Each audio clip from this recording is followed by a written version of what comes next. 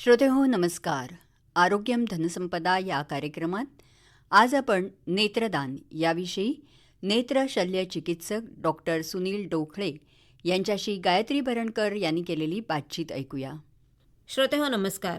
Sir, नेत्रदान या विषयाशी जे समज गैरसमज संलग्न आहेत त्याबद्दल तुम्ही काय सांगाल?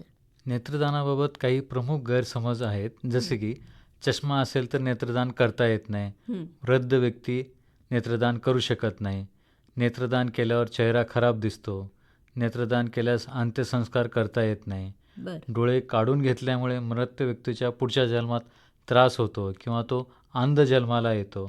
यापैकी अनेक समजुतींना वैद्यकीय आधार नाही.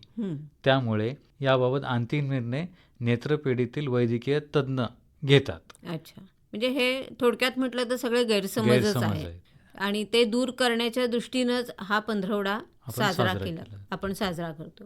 पण सर, मला आता असं सांगा की डोळ्याचा काही आजार असेल किंवा मोतीबिंदू सारख्या शस्त्रक्रिया हल्ली सर्रास होतात, तर अशी व्यक्ती नेत्रदान करू शकते का? हो, मोतीबिंदूची शस्त्रक्रिया झाली म्हणून आपण नेत्रदान करू शकत नाही असे नाहीये. व्यक्तीच्या नेत्राची स्थिती आणि वैद्यकीय निकष तपासून नेत्रपेढी निर्णय घेते. त्यामुळे नागरिकांनी स्वतःच माझे डोळे उपयोगाचे नाहीत असा निष्कर्ष काढू नये. मोतीबिंदूप्रमाणेच काचबिंदू असेल, एखाद्या व्यक्तीस मधुमेह असेल, रक्तदाब असेल किंवा चष्मा असेल तरी सुद्धा मृत्यूनंतर ह्यांचे नेत्रदान करता येऊ शकते. बरं, आपण उल्लेख करतोय की मृत्यूनंतरच नेत्रदान केलं जातं, तर नेत्रदान करू इच्छिणारी व्यक्ती तर मृत असते.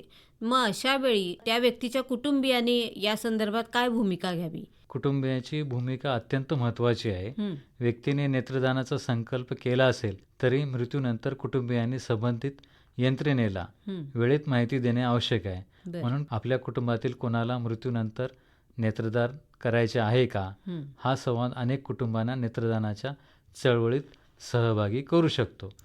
मृत्यू झाल्यानंतर नेत्रदानाची प्रक्रिया शक्य तितक्या लवकर सुरू होणे महत्त्वाचे आहे. त्यामुळे मृत व्यक्तीच्या कुटुंबियांनी माहिती देणे आवश्यक आहे. त्यामुळे मृत्यू झाल्यानंतर विलंब न करता संबंधित नेत्रपेढी किंवा नेत्रदान केंद्राशी संपर्क साधावा.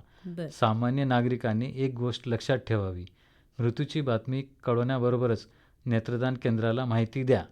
वेळेत माहिती मिळाल्यास प्रशिक्षित पथक आवश्यक प्रक्रिया करून घेईल. म्हणजे यामध्ये कुटुंबियांची भूमिका अतिशय महत्त्वाची आहे की त्यांनी थोडं दुःख बाजूला सारून नेत्रपेढीला फोन करणं आवश्यक आहे.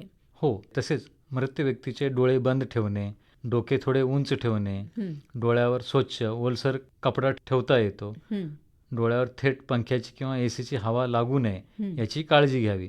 परंतु सर्वात महत्त्वाचे म्हणजे स्वतःहून कोणतीही वैद्यकीय प्रक्रिया करण्याऐवजी तातडीने नेत्रदान केंद्राशी संपर्क करावा.